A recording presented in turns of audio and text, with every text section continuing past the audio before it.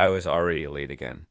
My phone buzzed with another missed call from my manager, and the thought of facing her glare tomorrow made my stomach turn.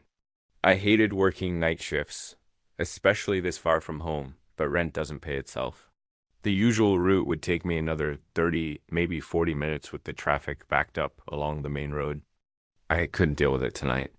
Not after a 12-hour shift, not with my head pounding and my patience worn thin. That's why I remembered the shortcut. They called it Crow's Path, an old, narrow trail that cut straight through the woods behind the industrial park. I heard about it from one of the warehouse guys. He biked it sometimes and claimed it knocked 20 minutes off the walk. Yeah, he also said weird things happen there after dark. Joking, probably. Don't take it unless you want something following you home. He'd laughed. I should have listened. The trailhead was hidden behind a rusted gate and overgrown brush. I had to squeeze through a gap in the fence and push aside branches just to find it.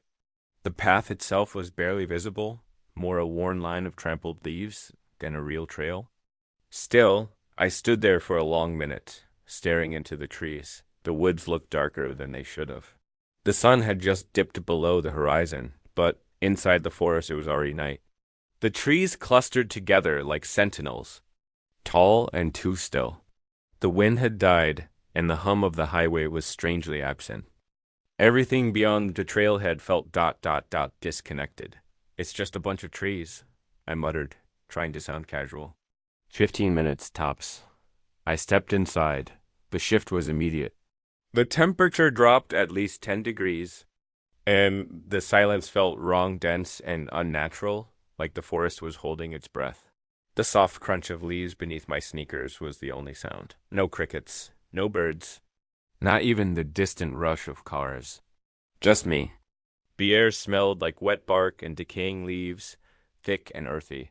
It clung to my skin, cold and damp. I shoved my hands into my jacket pockets and kept moving, eyes fixed on the narrow ribbon of dirt ahead. It curved slightly, disappearing into tangled underbrush and crooked trees. After 5 minutes, my nerves began to tingle. The kind of subtle anxiety you can almost ignore. Almost. That's when I heard it, a soft crunch. Not mine, behind me. I stopped dead in my tracks, heart thudding. The silence that followed was crushing. I turned slowly, eyes scanning the trees. My breath fogged in the cold air, and the shadows seemed to shift just out of reach. Nothing moved. I stood there for too long, straining to hear it again, willing the sound to repeat, because if it didn't, maybe I'd imagined it. Maybe it was just my foot on a branch, or a squirrel, or crunch, closer, deliberate. I spun around. Still nothing. No shape, no figure, no animal darting into the brush. But the feeling hit me then. That primal, in your bones kind of dread. Like being watched by something that doesn't blink. I started walking again, faster this time, trying not to run. Every instinct screamed that I should, but I held back. Running would make it real. Running would mean I accepted it was there. Crunch. Again. Closer. Louder. I didn't look back this time. My hands were clenched into fists in my pockets. I could feel sweat trickling down my back, even though the air was freezing. The silence had shifted like something in the forest was moving just beneath the surface, rippling the stillness without. Making a sound? Hello? I called out, my voice barely above a whisper. No reply. Just trees. But I knew I wasn't alone anymore. I forced myself to keep going. The trail was narrowing now, branches hanging lower, clawing at my jacket. The darkness deepened with every step, and the air felt thicker, heavier, and then the footsteps broke into a run. Behind me, fast. Heavy, not stumbling, not clumsy focused. I didn't think I ran. Adrenaline surged through me like fire. My legs pounded the dirt, slipping on roots and patches of moss. The forest blurred around me. Something crashed through the brush behind me, matching my pace. Closer, closer. I didn't look back. I couldn't. Through a break in the trees, I saw a faint orange glow. A streetlight, safety, civilization. I tore toward it. Branches tore at my arms, my face. My breath burned in my lungs, but I didn't stop. I couldn't. I broke through the trees and stumbled onto asphalt, falling to my knees. The moment I left the woods, the sound behind me stopped. I turned around, gasping for breath, hands shaking. At first, I saw nothing. But just before the trees swallowed the path again, I saw it, a figure, tall and impossibly still, half hidden in shadow. Its head tilted in a slow, unnatural way, watching me. It didn't move, but somehow I knew. It wasn't done with me yet. I didn't move for a while. Kneeling there under the flickering streetlight, I watched the woods, waiting for something, anything to step out of the darkness. But the figure never came. It just stood there, partially hidden by branches, tall and wrong. It didn't sway with the wind, didn't blink, didn't breathe. It simply stared. Even when my legs stopped trembling, even when my heart slowed from a roar to a drumbeat, I stayed frozen. Every survival instinct screamed that if I turned my back, it would follow. Eventually, the streetlight buzzed and flared, illuminating the road behind me. It was enough.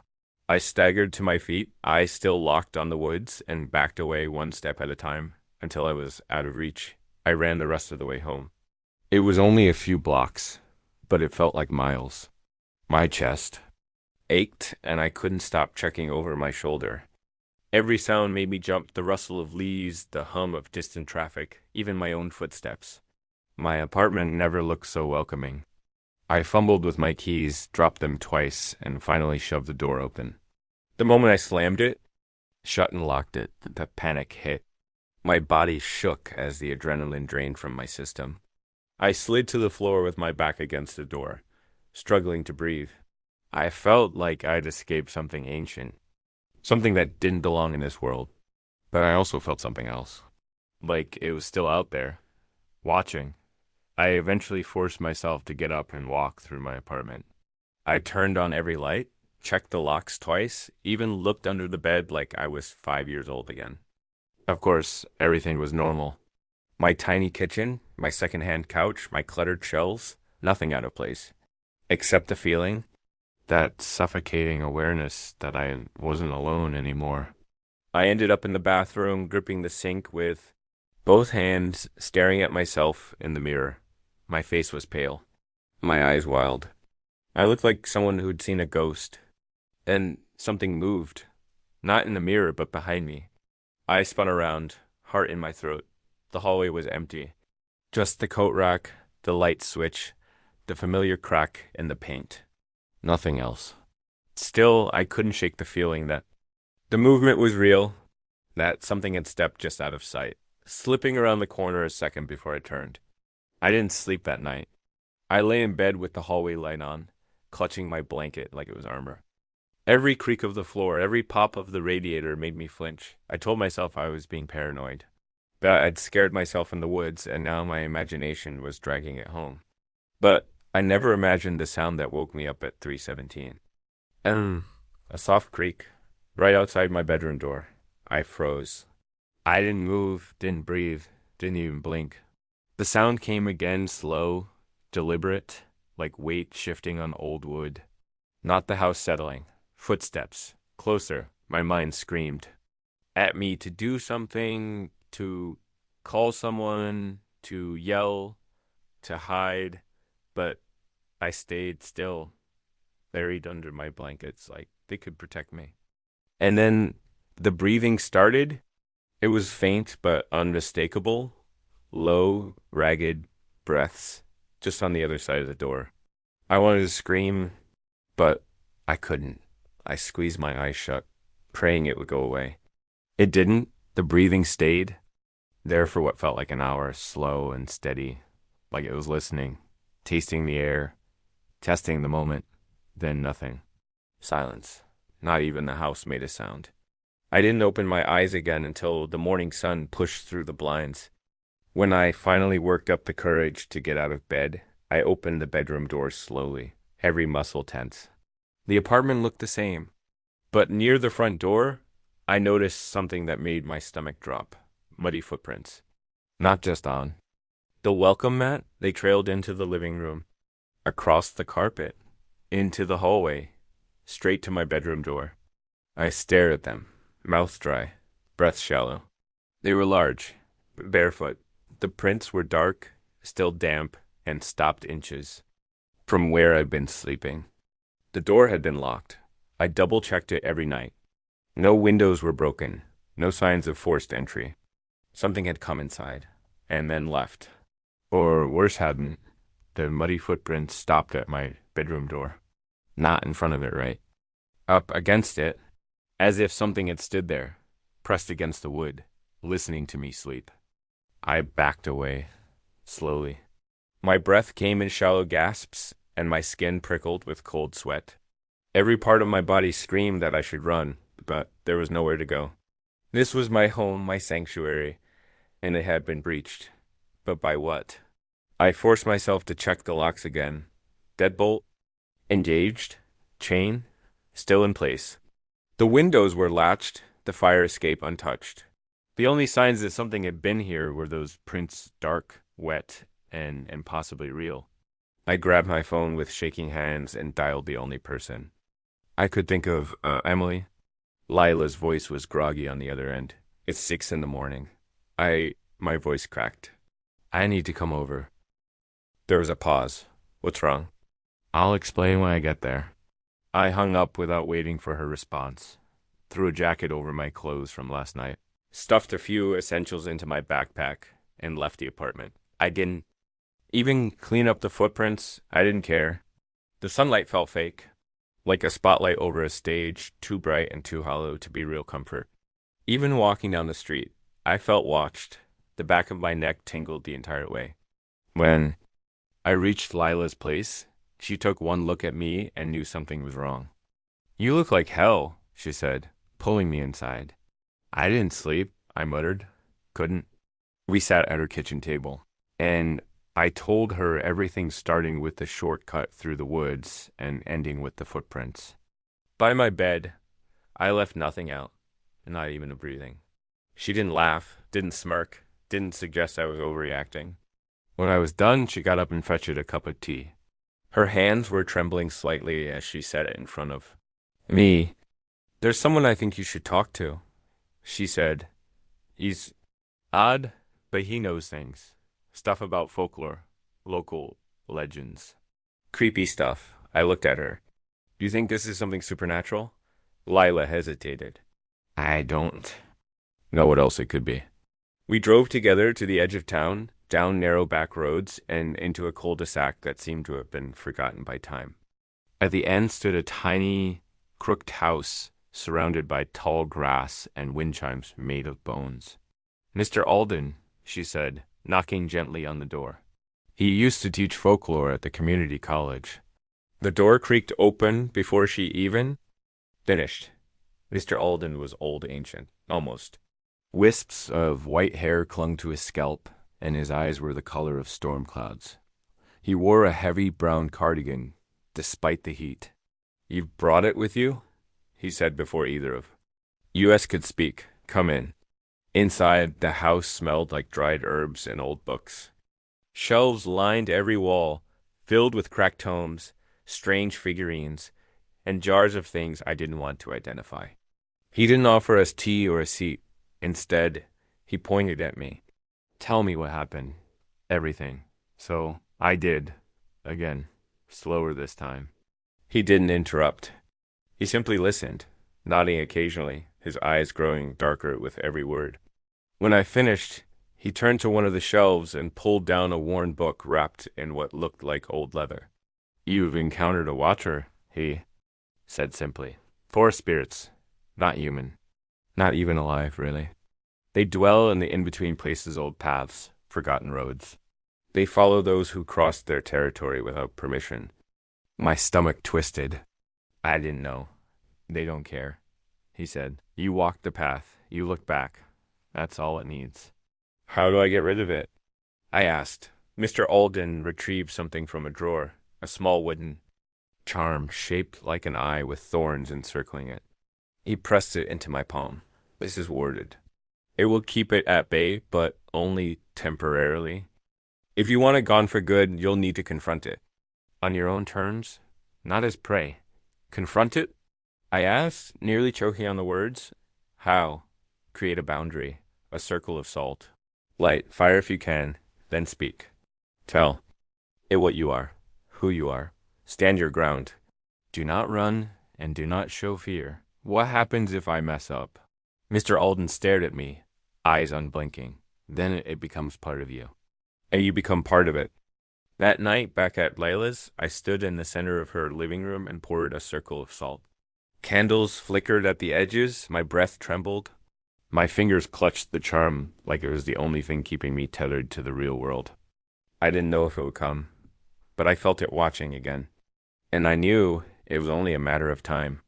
Midnight came, and the room was so still I could hear the flame of the candle shift when I breathed.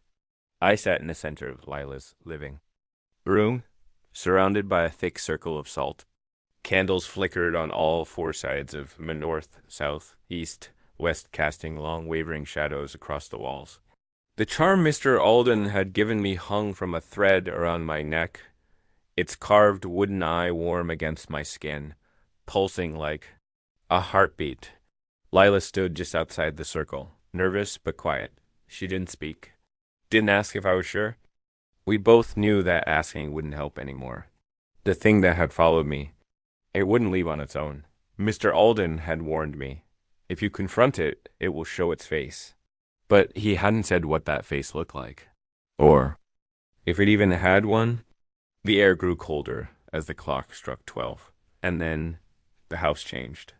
The silence deepened, became unnatural. Not the absence of sound, but the presence of something else. Like the world outside, the walls had vanished, and only this room remained. The candles hissed, their flames bowing inward, as though something exhaled from all sides at once. And then I felt it. Not saw. Felt like gravity had shifted and was pulling everything not toward the earth, but toward the corner of the room just beyond the circle of salt. The shadows there thickened, stretched, gathered into something not quite a shape, like darkness made flesh. I could barely breathe. It had arrived. The Watcher. Its presence wasn't loud or theatrical. It didn't smash through the windows, or howl like some movie monster. It materialized, calm and slow and confident. The kind of terror that doesn't need to announce itself, because it knows it already owns you. My eyes burned from trying not to blink. I could see it now. A figure tall and thin, but wrong. Like someone had drawn a human outline and then erased most of the features, leaving only the suggestion of a face. Its head tilted slowly, and I heard a sound creaking as though its neck were made of dead branches bending against each other. It stepped closer, just to the edge of the salt. Its foot didn't touch it. It knew. Emily, it whispered, not with a mouth, but with a voice that slid across my mind like oil. Low, rattling, not human. You brought me here. I clutched the charm tighter, knuckles white. You followed me. Its faceless head twitched. You look back? It rasped. You let me in. I wanted to run. My muscles screamed to break the circle and bolt out the front door. But I remembered what Alden said. Don't run. Don't show fear. Speak your name. I closed my eyes and steadied my breath. My name is Emily Hart, I said, my voice cracking. You don't belong here. The Watcher hissed not a sound, but a pressure, like static swelling in the room. The candle flames burst higher, flickering wildly. The shadow leaned in, and the salt hissed where its edges met the floor. I walked your path, I said, louder now, but I do not belong to you. It paused, then it lunged. The shadow struck the edge of the salt with a sound like splintering glass. It reeled back, its form unraveling for a moment like smoke caught in a sudden wind. The charm burned hot against my chest. I could feel it pushing the thing back. I stood up slowly, legs trembling, still inside the circle. You will leave me, I said. Now, forever.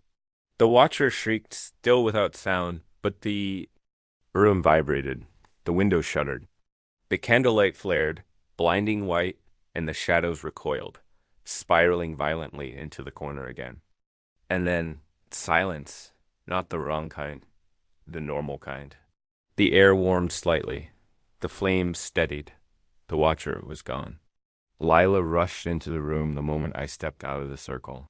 She grabbed me in a hug, and I didn't even try to hide the tears this time. My whole body shook. I couldn't believe it. I'd faced it, whatever it was, and it had left, but I didn't feel victorious. Not yet, because deep down, a small part of me still felt watched, like it hadn't really left. Not completely.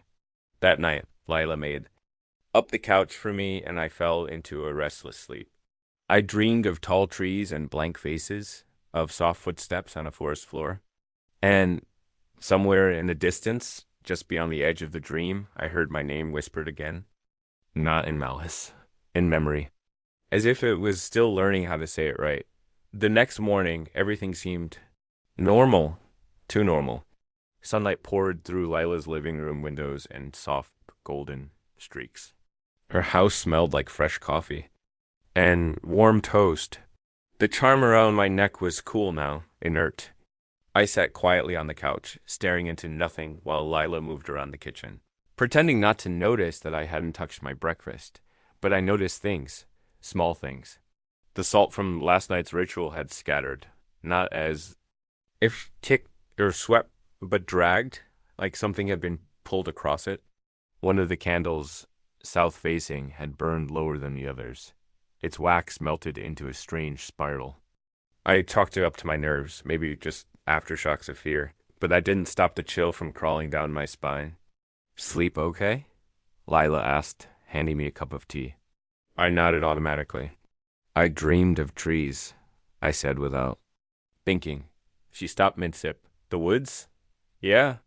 I rubbed my arms, but not like before. It wasn't chasing me this time. I was just standing in the middle of them, alone, but it still felt like something was watching. Just out of view, like it was hiding behind the bark. Lila sat across from me, legs curled up under her. "You think it's still here?" I didn't want to answer. Because deep down, I already knew. That night, after I went home, the first thing I noticed was the smell. It wasn't overpowering, just faint enough to make me question whether it was real. Damp earth. Like the woods had seeped into the walls of my apartment. My laundry still smelled like detergent. My soap was untouched. But that thick, mossy scent lingered in the corners, in the closet, beneath the bed. I walked from room to room, flicking lights on, checking windows, double-checking locks. Everything was secure. But something was off. The shadows seemed heavier. Not darker, denser, as if they were solid instead of just the absence of light. And the hallway, it looked a little longer than usual. Not by much, just a few inches. Enough to notice if you were paying attention.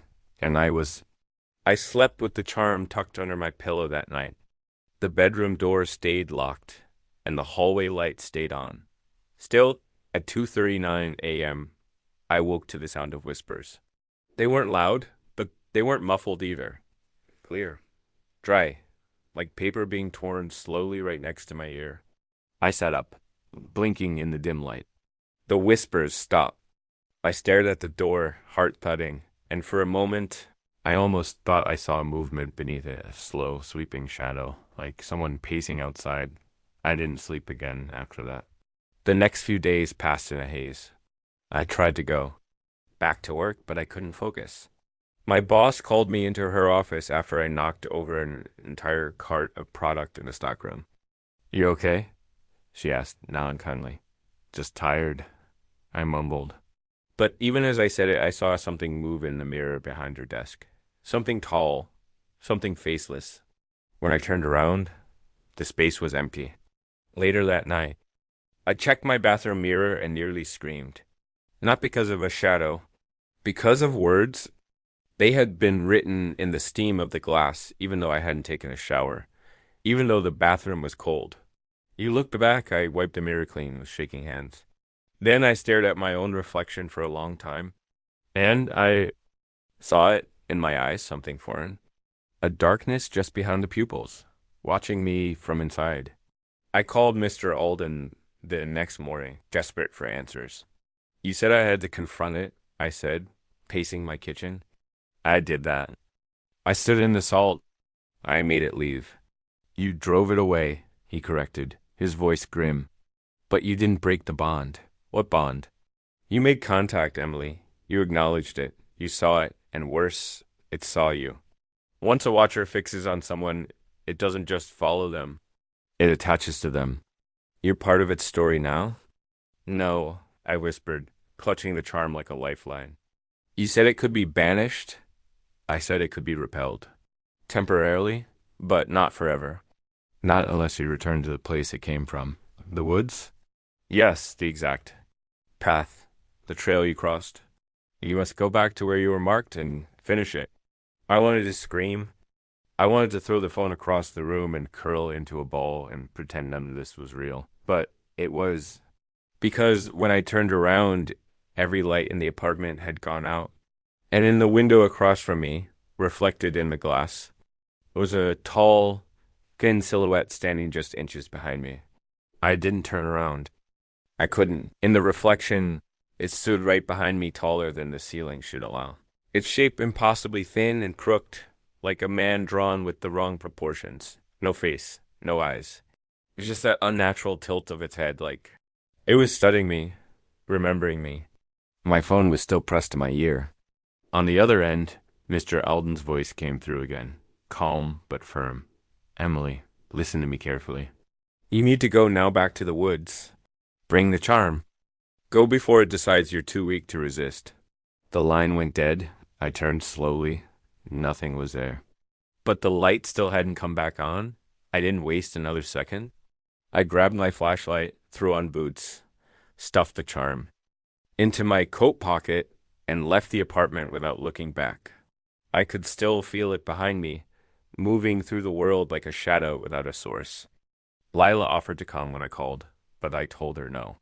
Whatever this thing was, it wanted me. I couldn't risk it latching onto her too. It was nearly 3 a.m. when I reached the fence behind the industrial park. The woods waited.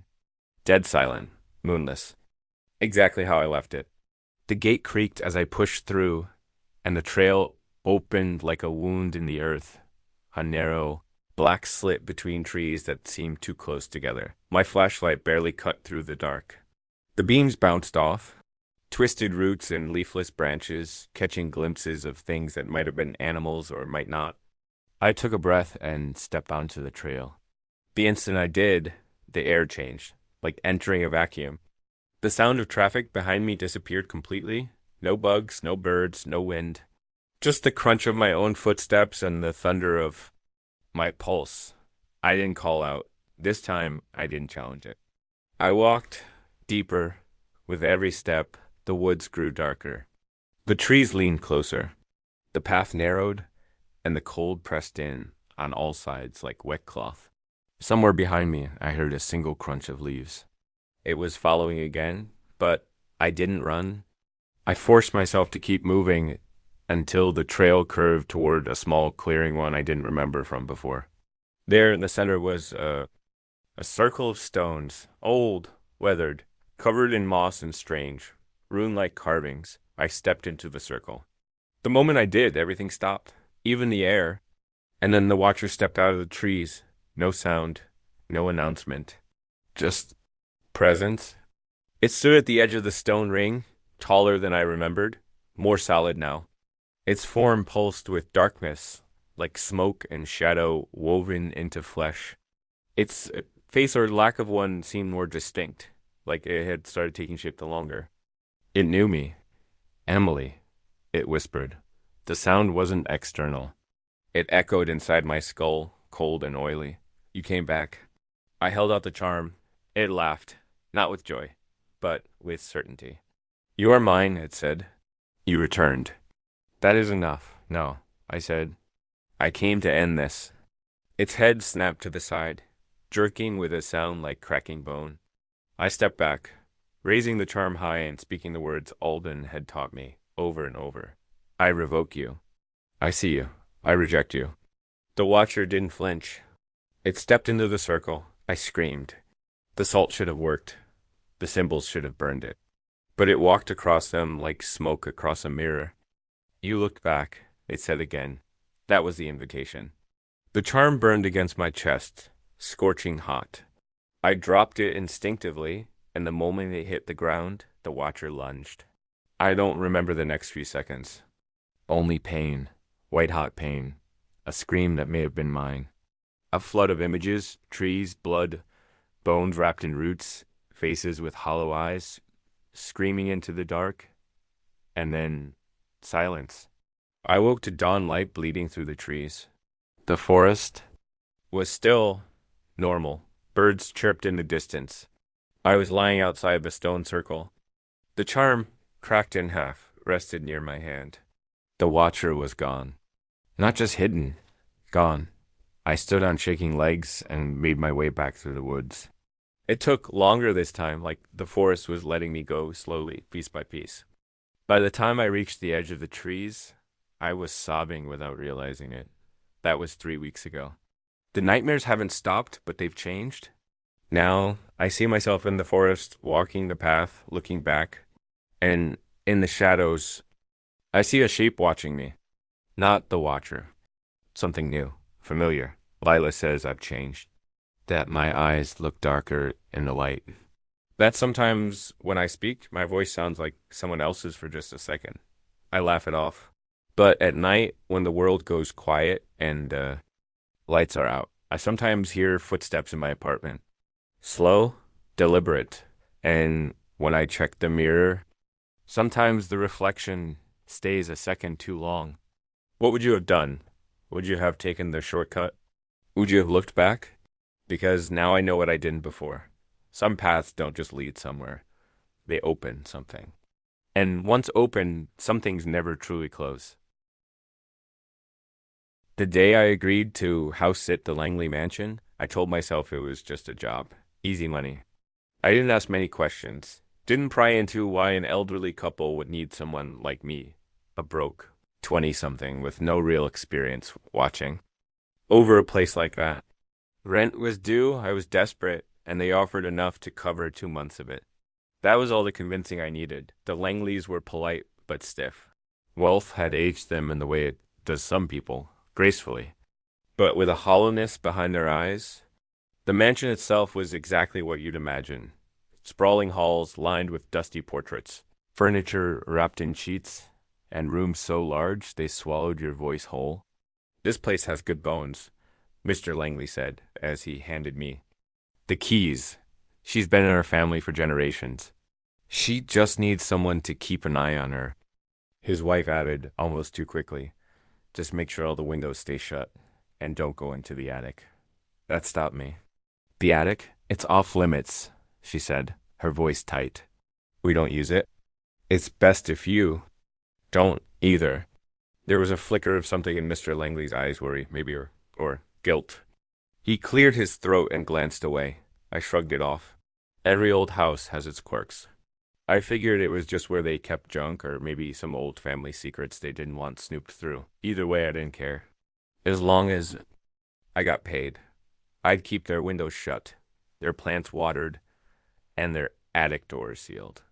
They left that evening, their car disappearing down the long gravel driveway as the sun dipped behind the trees. Alone now, I wandered the house with the strange thrill of being unsupervised in a museum. Everything was antique and expensive. There were shelves full of books so old the spines were crumbling, ornate clocks that ticked out of sync, and oil paintings of people whose eyes followed you even when you turned your back. Still, I didn't feel unwelcome. Not exactly.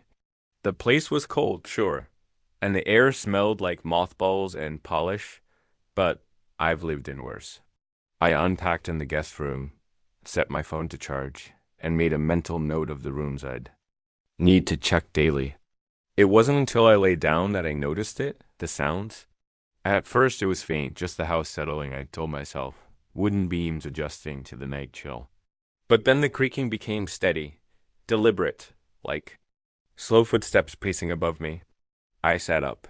The ceiling was unbroken, smooth plaster, without any visible vents or cracks. But I could trace the movement of the footsteps starting from directly above my bed, then shifting toward the end of the hall. Toward the attic. I stared at the ceiling for a long time, heart thudding. I wasn't a paranoid person. I didn't believe in ghosts, the demons, or haunted furniture, but something about the sound made my skin crawl. I got up, pacing quietly into the hallway. The house was dead silent now. I hesitated at the base of a staircase leading to the attic landing. At the top was the attic door, tall, wooden, and slightly warped with age. In the dim light of the hallway sconce, I noticed something I hadn't seen before. Scratches. Long, deep gouges in the doorframe, not like a dog's pawing. These were uneven, jagged like something with nails had scraped at the wood from the inside. I didn't go. Instead, I turned every single light in the house on and curled on the living room couch, trying to focus on anything else. I streamed a show at full volume, forcing laughter when the characters said something funny, but I was watching the ceiling more than the screen. The pacing didn't stop. It continued well into the night. Eventually, I drifted off, but it wasn't restful. My dreams were scattered along halls, doors creaking open by themselves, a voice whispering my name just out of earshot. When I woke up around 3 a.m., the room was freezing. I pulled the blanket tighter and sat up gradually. That's when I heard the second sound, tapping, rhythmic and soft, like fingernails against wood, coming from the attic. It was no longer about creaking floors or old pipes. Something or someone was knocking. The tapping continued for almost 10 full minutes. I counted. 3 slow taps. Pause. 3 more, each set evenly spaced, like a coded message from above. My breath caught in my throat as I sat frozen in the couch, eyes glued to the ceiling. I told myself to move, to check it out, but my body wouldn't respond. It was as if the sound itself had pinned me in place. I wasn't imagining it. The sound wasn't distant or muffled like creaky pipes or wind against the roof. It was specific, localized, coming from the exact corner of the attic that sat above the living room. I finally stood, legs stiff from fear and cold, and grabbed the flashlight I'd left on the mantel. Every light in the house was still on, but they didn't feel like enough anymore. The glow from the fixtures seemed weak, washed out, like something was draining the life from the bulbs. I climbed the stairs to the second floor, flashlight shaking in my hand. The air changed as I neared the attic landing. It was colder here, and heavier. My breath misted in front of me, even though it was the middle of spring. The hallway stretched too long in the dim light, the attic door looming at the far end like a black mark on the house. The tapping had stopped. I told myself I wouldn't open it. That I'd just listen again, maybe knock back, prove to myself. It was all in my head. But when I reached the top of the stairs, I saw something that turned my blood cold. The attic door was cracked open, not wide, just barely an inch, maybe 2, but enough to see the darkness beyond. Enough to know that it had definitely been shut earlier. I hadn't touched it, and the Langleys had warned me not to. I backed away slowly, refusing to turn my back on that door. My heart thundered in my chest. I whispered aloud, "This isn't happening," as if saying it would undo it. I didn't sleep the rest of the night. I sat at the kitchen table with every light on, staring at the hallway where the attic door waited just out of sight. I kept the flashlight and a carving knife beside me, just in case. At dawn, I summoned the nerve to go upstairs again. The attic. Door was closed. No breeze in the house. No draft. Nothing that could have moved it. Still, I pushed a heavy side table in front of it. It gave me a shred of comfort, like I was containing it somehow. Then I locked myself in the guest bedroom and tried to sleep through the daylight. But the house had changed. Every creak now sounded deliberate. Every shadow seemed to stretch. Too far. Mirrors reflected strange angles. I even noticed one of the portraits in the hallway had shifted slightly, just enough for the eyes to be looking straight at me now. I couldn't take it anymore. By that evening, I called the Langleys. Mrs. Langley picked up, her voice polite but guarded. "Hi, it's Jordan," I said, trying to sound calm. "Everything's fine. I just had a quick question." "The attic?" There was a long pause. "I told you not to go up there," she said, her voice losing its warmth. "I didn't, but the door opened on its own, and I heard something tapping, footsteps. Look, I'm not trying to freak out, but there's something wrong with it. Silence again. Then carefully, "Did you look inside?" "No," I said quickly. "I swear." "I didn't." She sighed, a long, defeated breath. "Just keep it closed. Don't go near it again. It will be back in 4 days. Whatever you do, don't engage with it." "What does that mean? What is it?" I asked, but she hung up. That night, I locked myself in the guest bedroom again. No sounds came from above, but the air was still unnaturally cold. I tried to distract myself with videos, games, even reading, but none of it helped. I kept checking the door every few minutes. Around midnight, I started hearing whispers. Faint, too quiet to understand, but definitely there. And they were coming from the attic. They weren't voices I recognized, just a soft, hushed rhythm like someone having a conversation with no one. The worst part? Sometimes it sounded like they were whispering my name. I didn't sleep that night. I lay awake, every nerve in my body stretched thin as the whispers rose and fell behind the attic door. Sometimes they were slow and faint, like murmuring prayers. Other times they came in frantic bursts, unintelligible words said too close. I kept the blanket pulled up to my chin, the flashlight clutched tight in one hand, and the carving knife in the other pointed uselessly toward the bedroom door. At some point, I must have dozed off because the next thing I remember is sunlight bleeding in through the curtains. The whispers were gone, and the hallway was silent again. I crept out of bed and checked the attic landing. The side table I'd wedged against the door had been moved, not knocked over, not shoved, moved carefully, like someone had taken their time to slide it out of the way. The attic door was open again. Why this time? A cold draft spilled down the stairs, smelling of dust and rust. I stared up at the open doorway, my breath shallow. Logic told me to pack up and leave right then, screw the paycheck, screw the Langley's warning, but I couldn't. It was like the house itself was holding me in place. I had to know. Gripping the flashlight, I climbed the steps.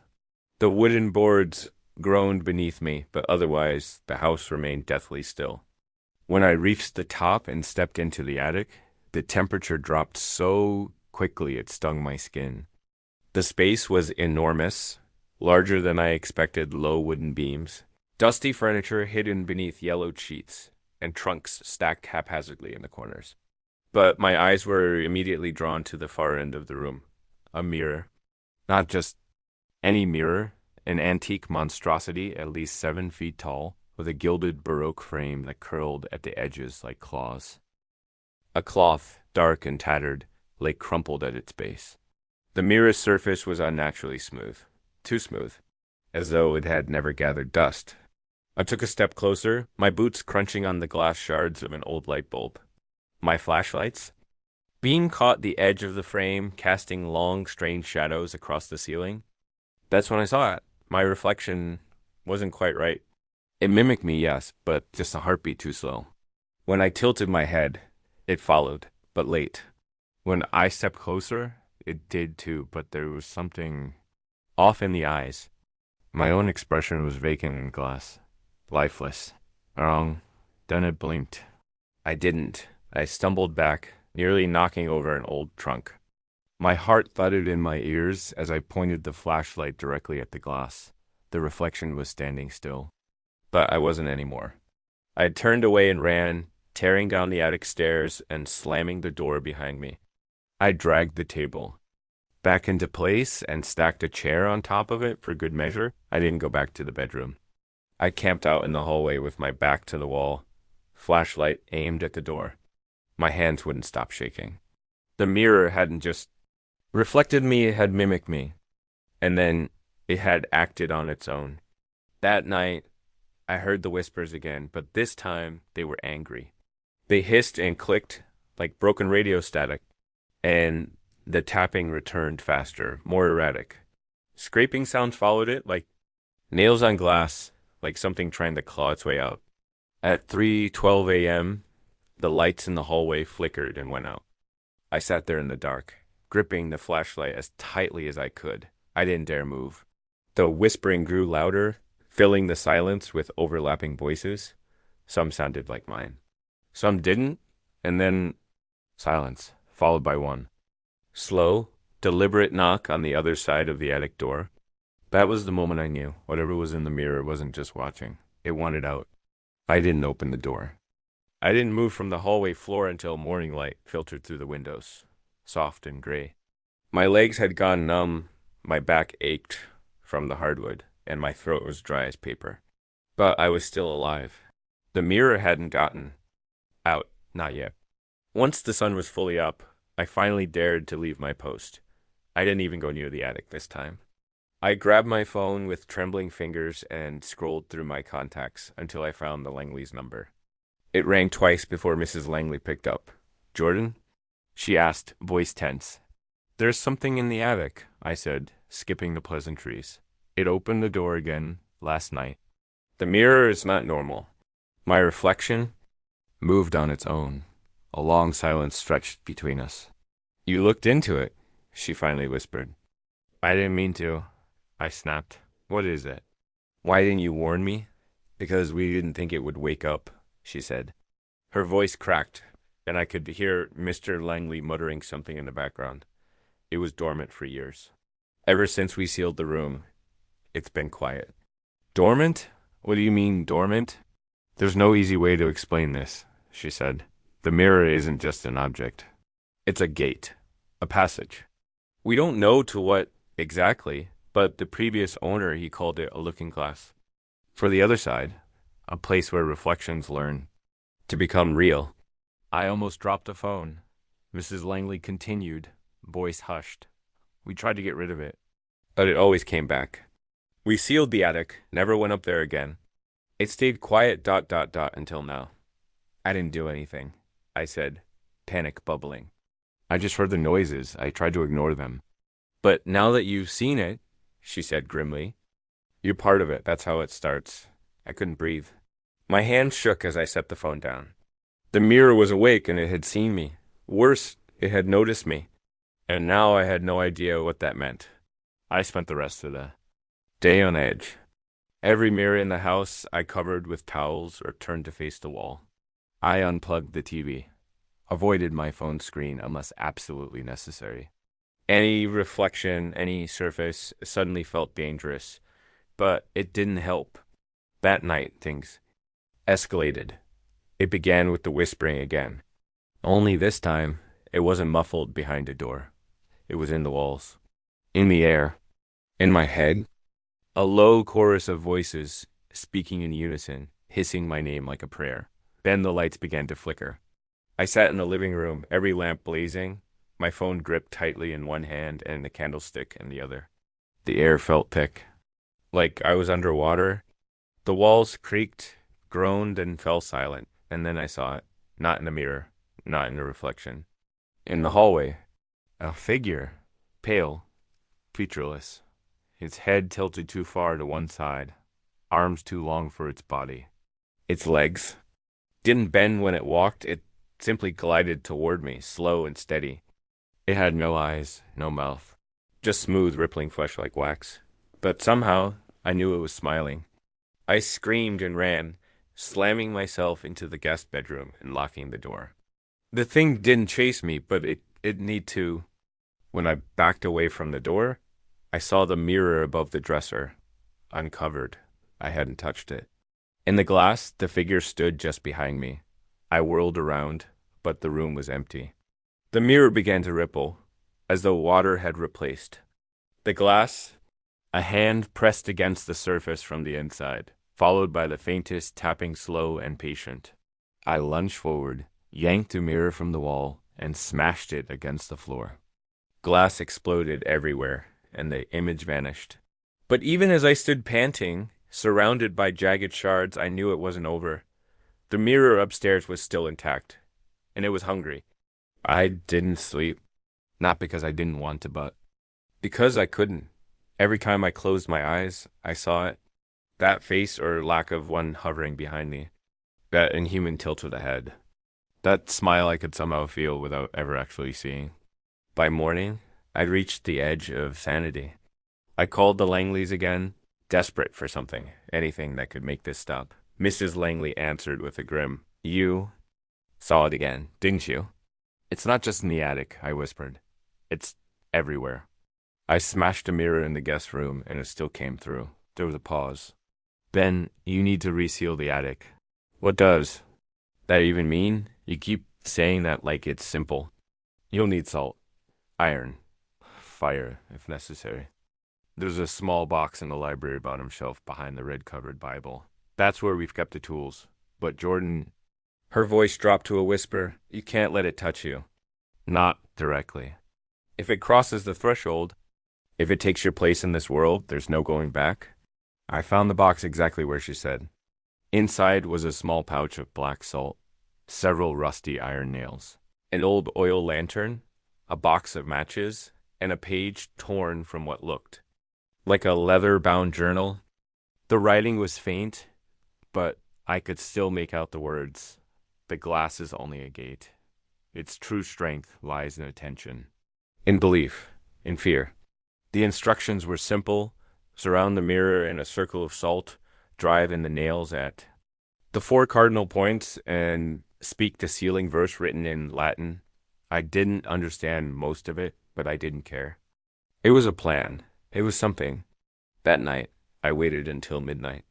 The house had gone deathly quiet again, like it was holding its breath.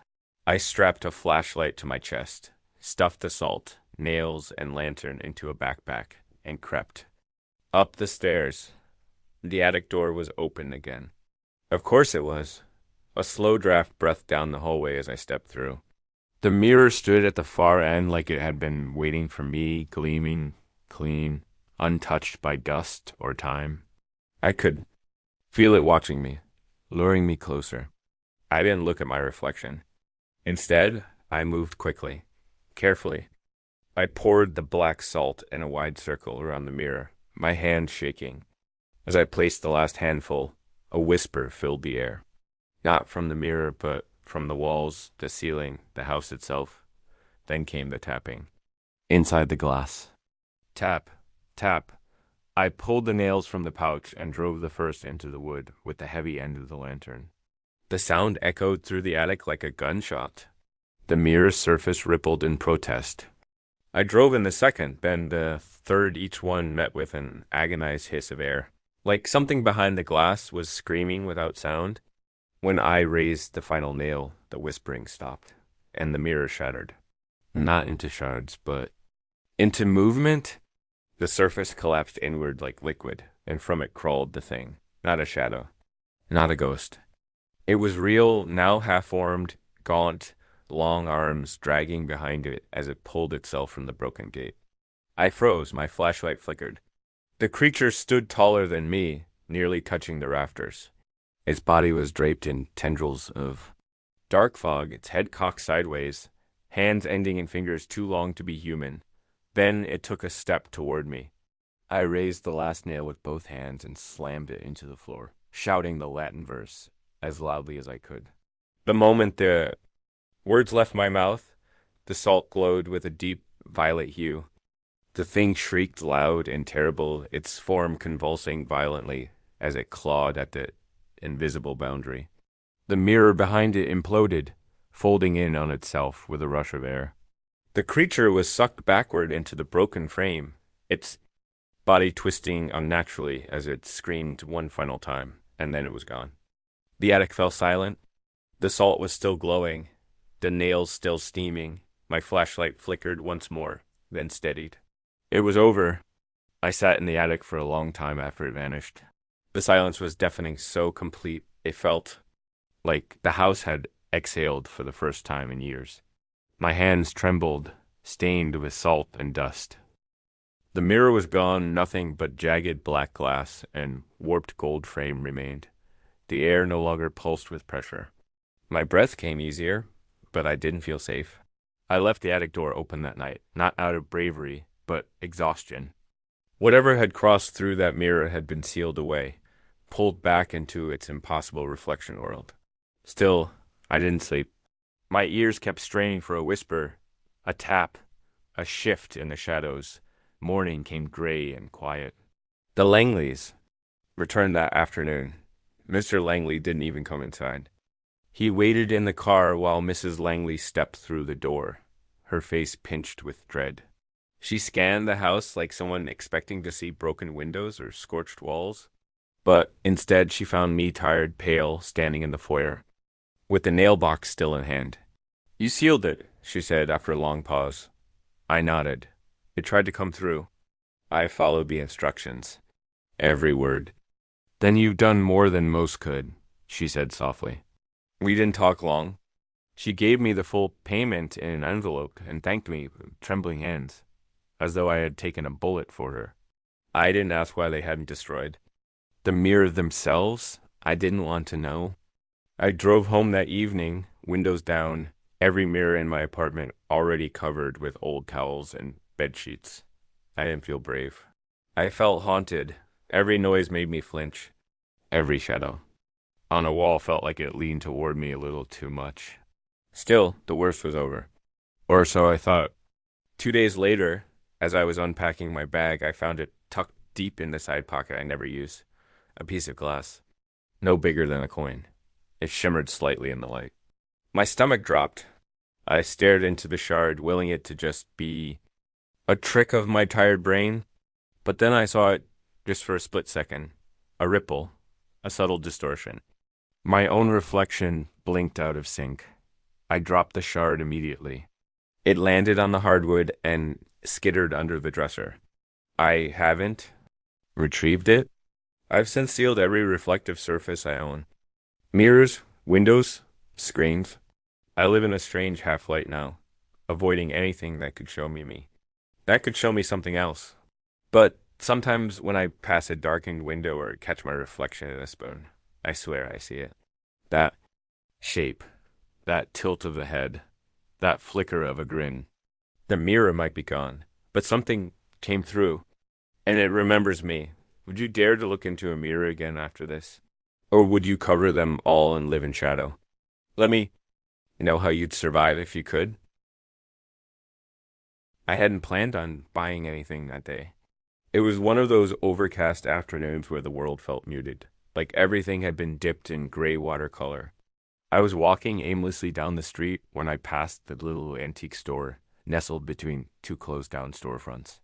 The faded open sign in the window flickered erratically, and something about it drew me in. Maybe it was the quiet. Maybe it was the cold. Maybe it was something else. The bell above the door gave a sharp jingle as I entered, the kind that felt too loud for such a small space. The shop smelled of dust and time-leather-bound books, yellowed paper, old wood. It was cluttered with narrow aisles formed by haphazard shelves. Everything in the store looked like it had a story to tell. Clocks that no longer ticked. Dolls with cracked porcelain faces. Tarnished silverware still arranged like someone had just walked away from dinner decades ago. I wasn't looking for anything. That's the truth. I just liked the atmosphere, the feeling of lost time. But then I saw it. Tucked away in the far corner of a glass cabinet was a small wooden music box. Unlike the others, gaudy with gold. Trim or over-decorated with frills, this one was simple. Beautiful. Crafted from dark, polished wood with delicate carvings etched along its sides. Vines, roses, eyes. I squinted. Were those eyes? No, just circles in the pattern, I told myself. The lid was slightly ajar, revealing a dainty porcelain ballerina, frozen mid-pirouette on a small golden pin. Her arms were raised gracefully, and her painted face wore a tiny, wistful smile. I leaned in closer. There was something hauntingly elegant about her, like she was waiting for someone to notice her again after being forgotten for far too long. I reached around the side and gently turned the winding key. It clicked softly, and the box came to life. The melody that drifted out was unlike anything I'd ever heard before. Not quite joyful, not quite sad, just eerily beautiful. Each note floated through the air like a whisper from a long-forgotten past. The ballerina began to spin, slowly at first, then faster, her movements smooth and hypnotic. I must have stood there for a full minute, mesmerized, before the shopkeeper cleared his throat behind me. "Strange one, that box," he said. His voice was hoarse, like he hadn't used it in days. "Been sitting there for years. No one ever." notices it well, until they do. I looked up. What do you mean? He shrugged, eyes drifting toward the floor. People have a habit of returning it, or trying to. Doesn't usually let them. That made me pause. Let them? He smiled awkwardly. Just something to think about. Old things like this. They hold energy, memories. You sure you want it? The music box was still playing, the ballerina still spinning. I found myself nodding before I fully realized it. Yes, I want it. The transaction was swift. He barely made eye contact as he wrapped the box in brown paper and slid it into a bag. As he handed it over, his hand lingered for just a moment too long.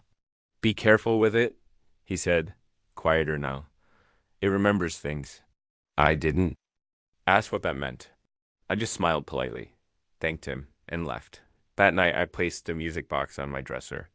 It looked oddly regal there, like it belonged more in this room than anything else I owned. I didn't wind it again.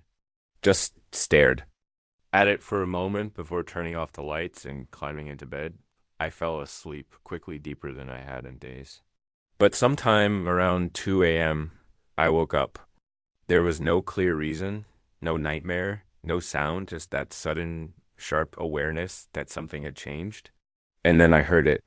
That same haunting melody, faint but unmistakable, drifting from across the room. My heart skipped. I sat up slowly, dread blooming in my chest. The music box was open. I hadn't touched it. I was sure of that.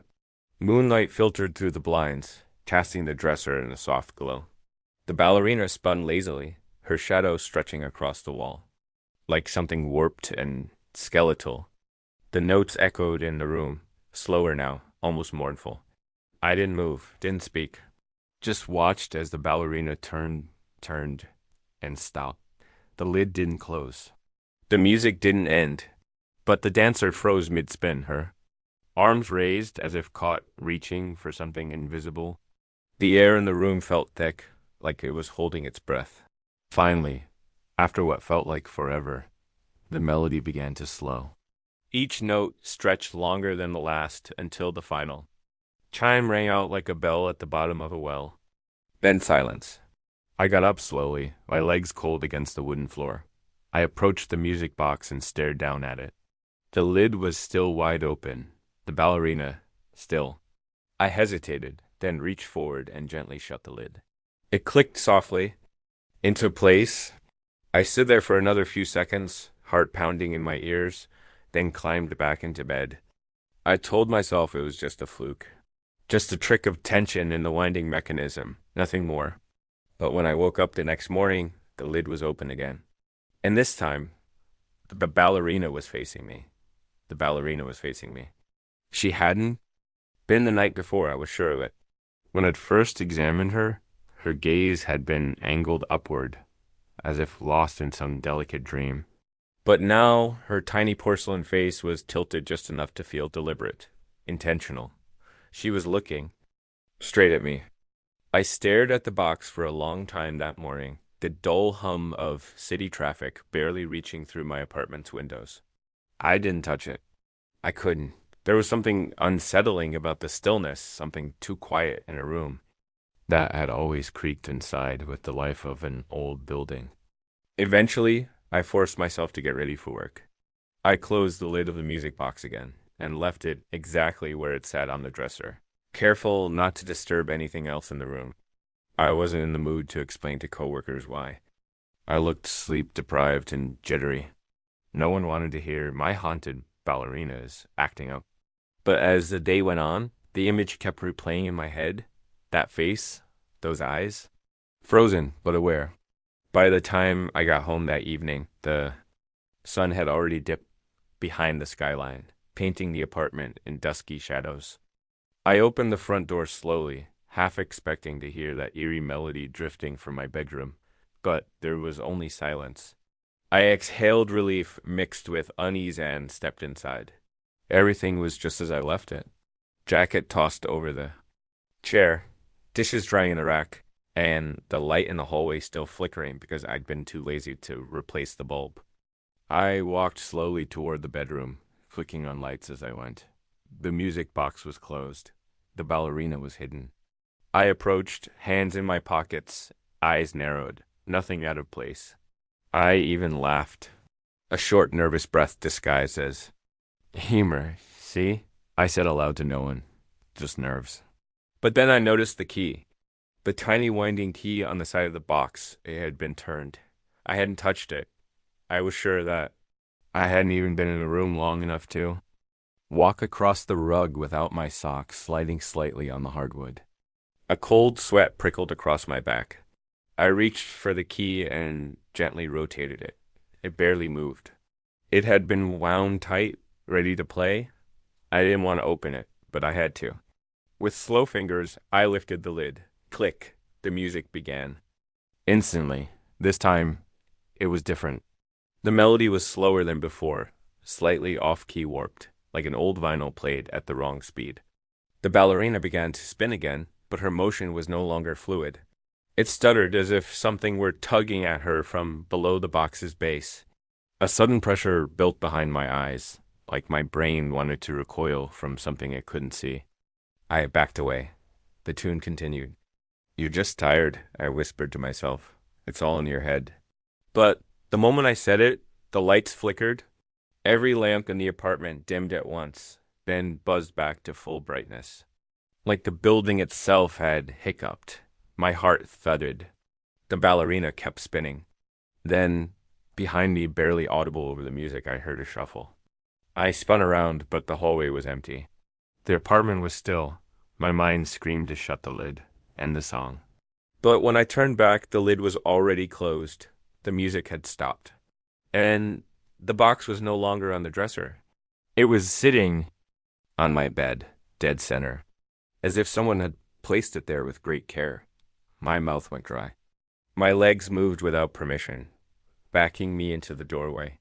For the first time, I felt the walls of my own home closing in. Like the air had thickened, like something was watching me from just out of sight. I left the room. I needed distance. I needed air. But when I turned toward the living room, I froze. My reflection was staring at me from the hallway mirror, but I hadn't taken a step forward. I was still standing in the doorway, and yet my reflection was closer, just enough to notice, just enough to see that it wasn't quite right. It blinked before I did. I stumbled backward, heart in my throat. I slammed the bedroom door shut and leaned against it, panting. The only sound now was the dull ticking of the kitchen clock and my own breath, ragged and quick. It took me an hour to calm down, to convince myself I had imagined it all. Eventually, I returned to the bedroom. The music box was back on the dresser. The lid closed. The ballerina silent. I didn't touch it. I didn't speak. That night, I slept on the couch. But around 2:30 a.m., I awoke to a familiar lilting tune echoing faintly from behind my bedroom door. It was playing again. The tune crawled through the apartment like a slow, slithering breath. From my spot on the couch, wrapped in a blanket, I hadn't moved from since falling asleep. I stared at the bedroom door. It remained firmly shut, but the music seeped through it anyway, low, haunting, persistent. No creaks of the hinges. No footsteps. Just the soft, mechanical chime of a ballerina dancing alone in the dark. I should have called someone. A friend. My sister. Anyone. But what would I say? Hey, a possessed music box keeps moving around my apartment and playing itself in the middle of the night. Also, my reflection blinked before I did. They'd think I was sleep deprived, and maybe I was. But this didn't feel like exhaustion. This felt like being watched, like being followed inside my own skin. I forced myself off the couch and crept toward the bedroom door. The music grew louder with every step. The moment my hand touched the doorknob, it stopped. Not faded, not trailed off. Stopped. Dead silence. That was somehow worse. With a deep breath, I turned the knob and pushed. The door opened. The room was empty.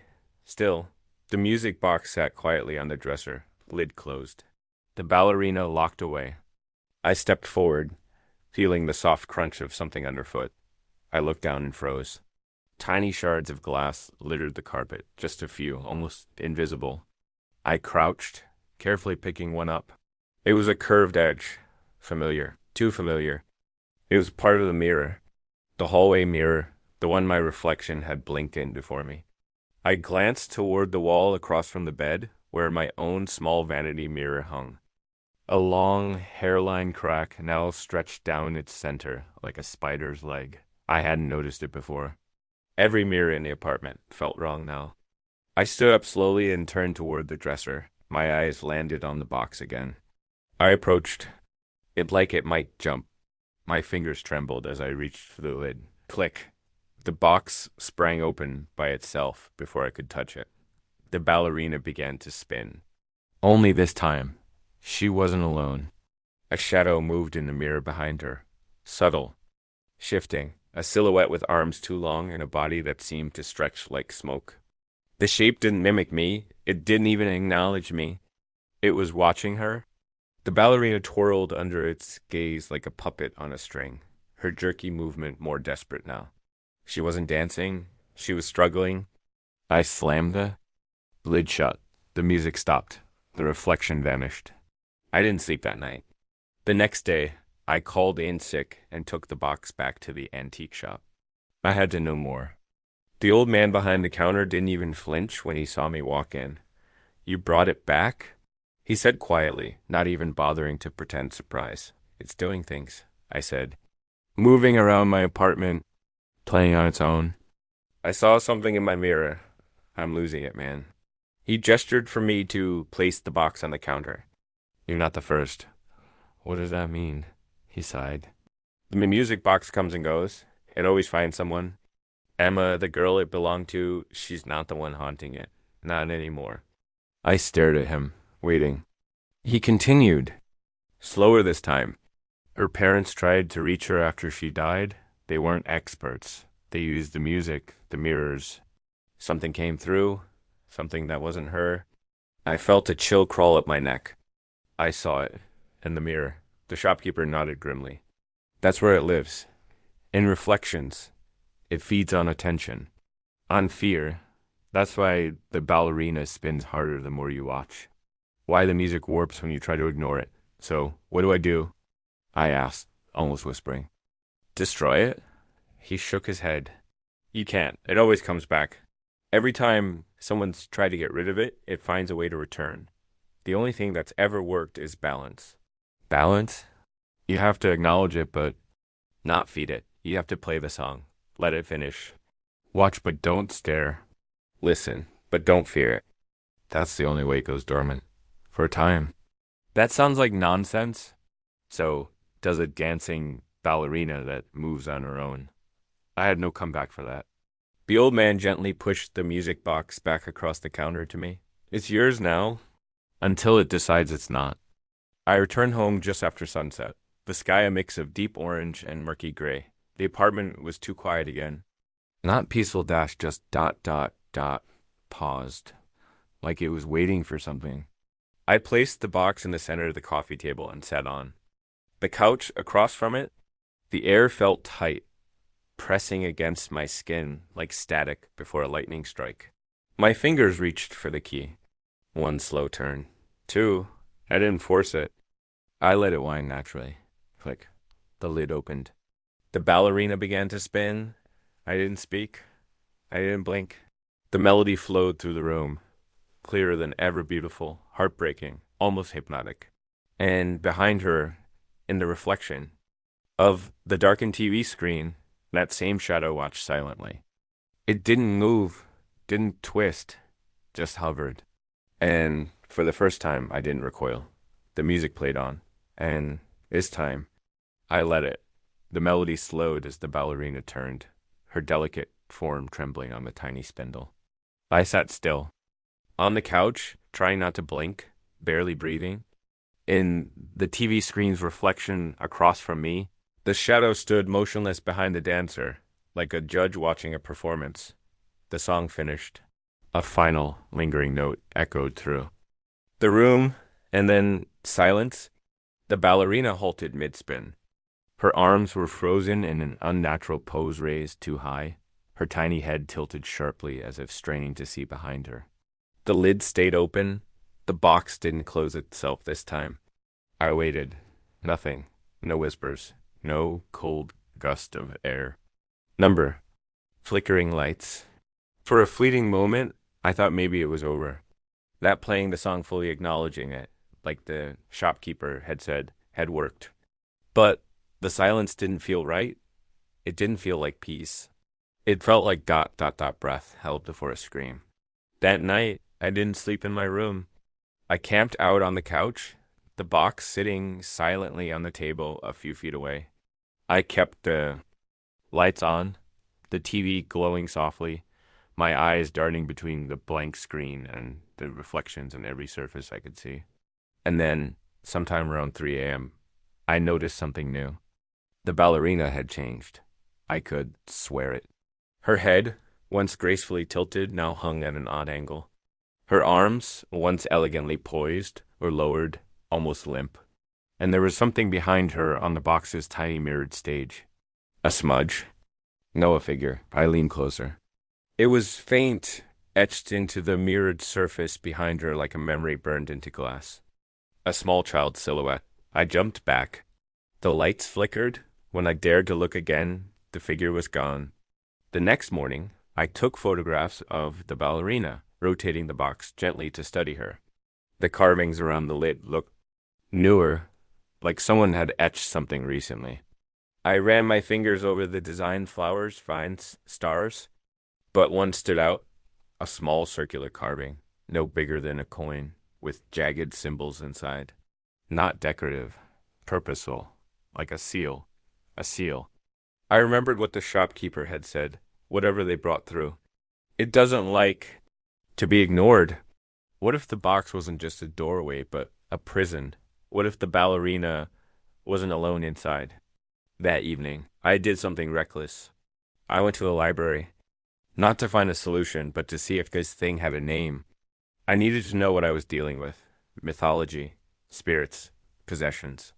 The librarian raised an eyebrow when I asked for books on antique object hauntings. But she pointed me toward the folklore section. I checked out everything I could carry. Hours later, I sat in my apartment surrounded by books, flipping page after page. That's when I found it. A passage in a dusty volume titled Ritual Objects. And spirit imprints. Some relics, particularly those involved in rituals of grief or attempted resurrection, act as containers vessels where lingering entities imprint themselves. If the object holds movement, a dancer, a wheel, a spinning element, it becomes. A ritual loop, an eternal performance meant to bind the entity in place. Disruption to the loop may cause the imprint to gain autonomy. The ballerina, the music, the repetition, the ritual. And I had slammed it shut, moved it. Interrupted the performance dozens of times. I'd broken the loop. That night, the box played without being touched. Not once, 3 times. Each time slower, more distorted, the ballerina's movements grew erratic. Her head twitched mid-spin. The tiny spindle squeaked like it was grinding against bone. At 4:12 a.m., I woke to my phone vibrating. A text from an unknown number. She's awake now.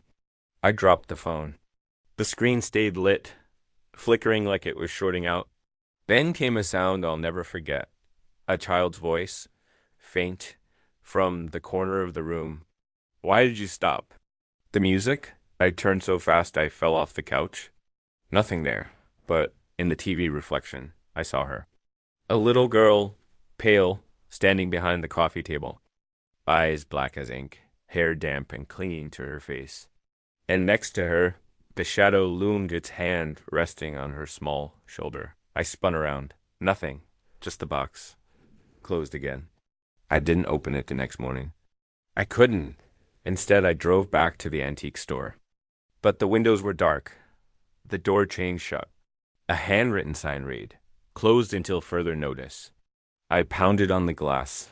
No answer. I left the box on the stoop. I couldn't have it in my home anymore. But when I returned to my apartment, it was already back, sitting on the kitchen counter. The lid slightly open. The ballerina turned toward the door toward me like she'd been waiting. I didn't touch the music box when I found it back on my kitchen counter. I couldn't. The lid was open again, of course. The ballerina frozen mid-spin, her porcelain face now chipped at the edge of one cheek, as if she'd suffered a fall. I never dropped her. I was sure of it. But something had changed again. Her dress was darker now, stained at the hem with something reddish brown. Blood? No. That's ridiculous, isn't it? I backed away from the counter slowly, heart thundering. My eyes never left the music box, but it remained still, unmoving, waiting. I left the apartment. I didn't even grab my coat. I just walked out and got in my car, desperate to feel distance between myself and that dot. I drove aimlessly for nearly an hour until I pulled into a 24-hour diner and ordered coffee I didn't want, just for the comfort of fluorescent lights and other people. That's what I've been missing. I've been trapped alone in that apartment for days, spiraling in the dark with a cursed object in my growing paranoia. But being here around waitresses and truckers and teenagers laughing over fries, it grounded me, reminded me of what normal sounded like. Maybe that's all I needed. A break, space, sanity. I stayed until dawn, until the sun peeked over the horizon like a promise. Then I returned to the apartment, armed with the quiet optimism of morning light. The music box was gone. I froze in the doorway. I hadn't taken it. I hadn't moved it. My stomach sank as I scanned the kitchen, then the living room. There it was, by my bed, the lid open, the ballerina spinning slowly in place without music. I didn't know what was worse, the sound of the melody or the absence of it. As I stared, the air in the room grew heavy, almost thick. And then the spinning stopped abruptly, the ballerina frozen with one arm extended pointing, not just randomly, at me. And I realized something else. She had moved. Not the figure on the spindle, the box itself. That wasn't just a haunting. That was intent. I called in a favor. My friend Lena, a historian who dabbled in folklore and antique documentation, owed me one from college. She was the kind of person who believed in facts but respected stories too. And when I told her what was happening, she didn't laugh. She asked for pictures. I sent her everything, the box, the ballerina, the symbol etched on the side, the changes I'd seen. She went quiet for a few minutes, then sent me a voice memo. I've seen something like this before, once.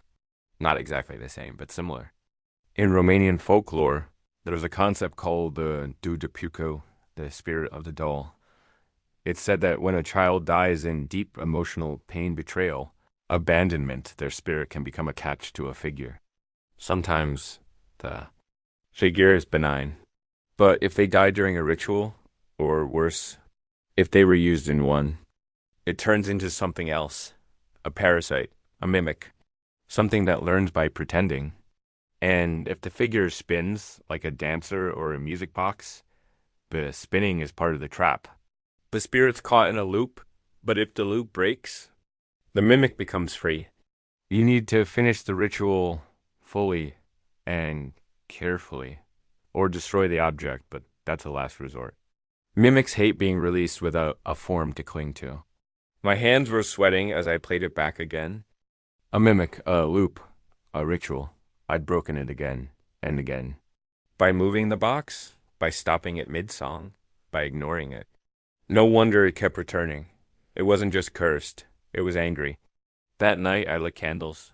I shut off all the lights, unplugged everything electronic, and placed the music box on the living room floor in front of me.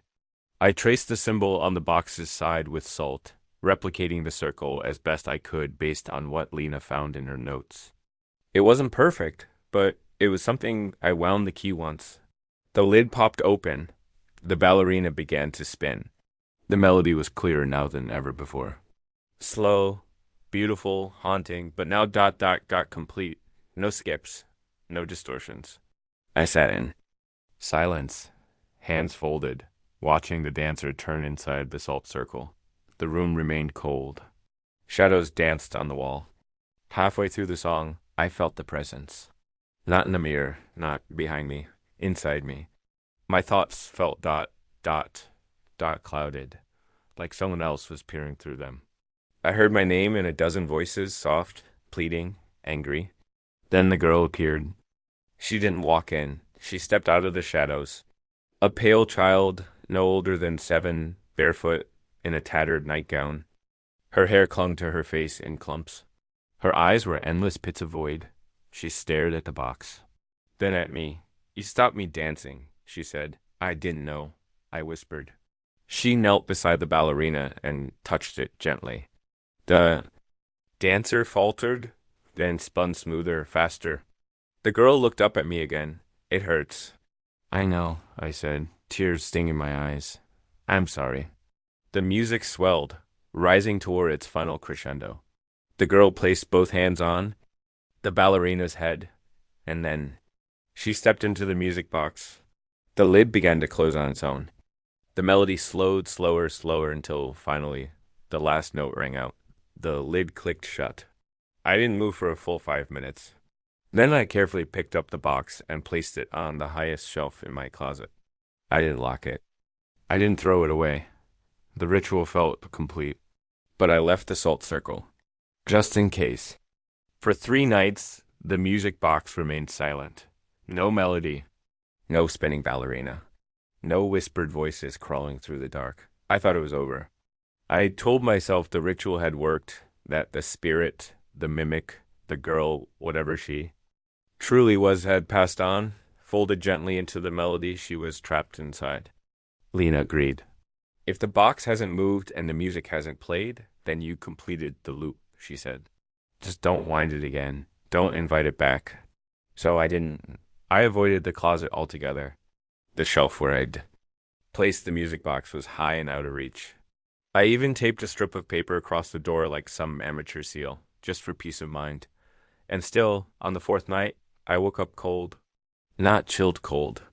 The kind of cold that felt like ice had slipped under my skin and pooled in my bones. The music wasn't playing. The silence was worse. I sat up in bed, every hair on my body standing on end. The apartment was dark. I hadn't turned off the lights before bed. I never do that anymore. But now the lamps were dead. The hallway light. Even the fridge bulb. Total darkness and silence. I heard breathing, not mine, not coming from outside. It was in the room. Long, shallow, wheezing breaths. I reached for my phone. The screen didn't light up. I pressed the power button again and again, but the battery was drained, even though I'd left it charging. The breathing grew louder, closer. I turned toward the closet.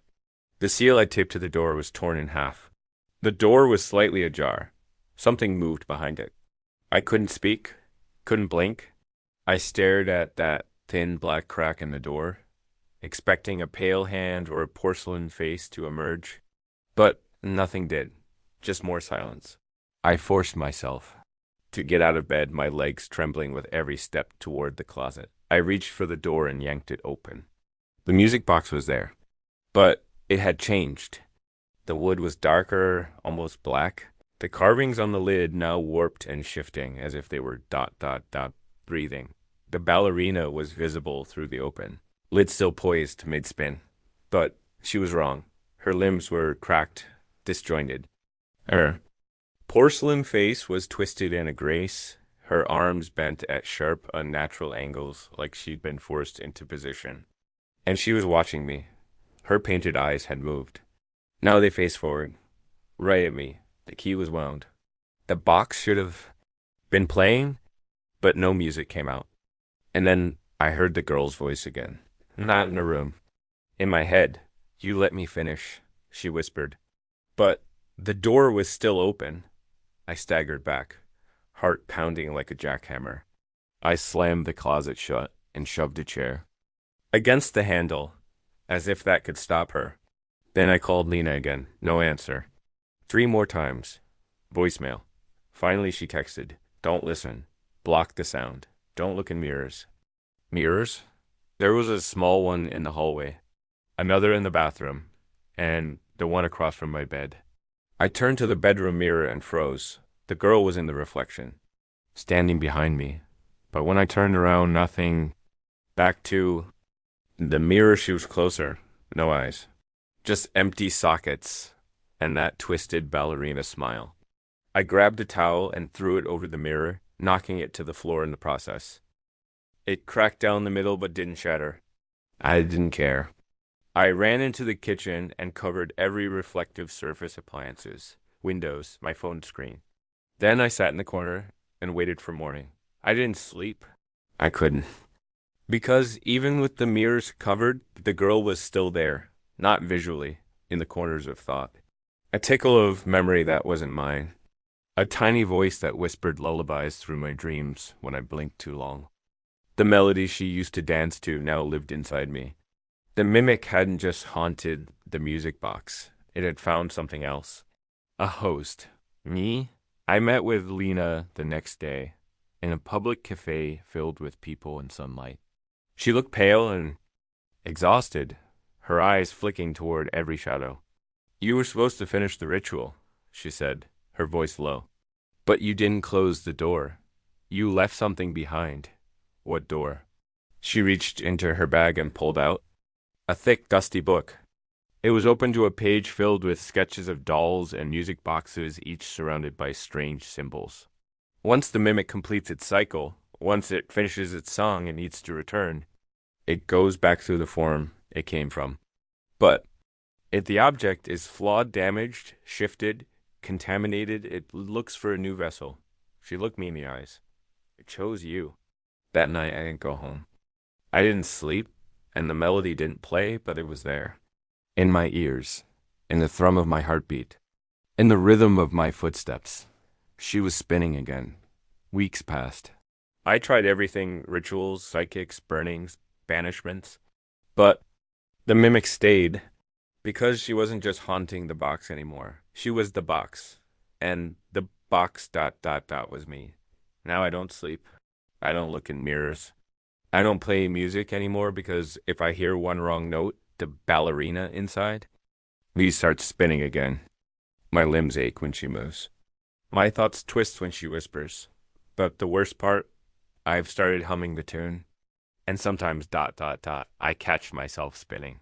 Just a little. Just enough. Enough for her to remember she's not finished. Not yet.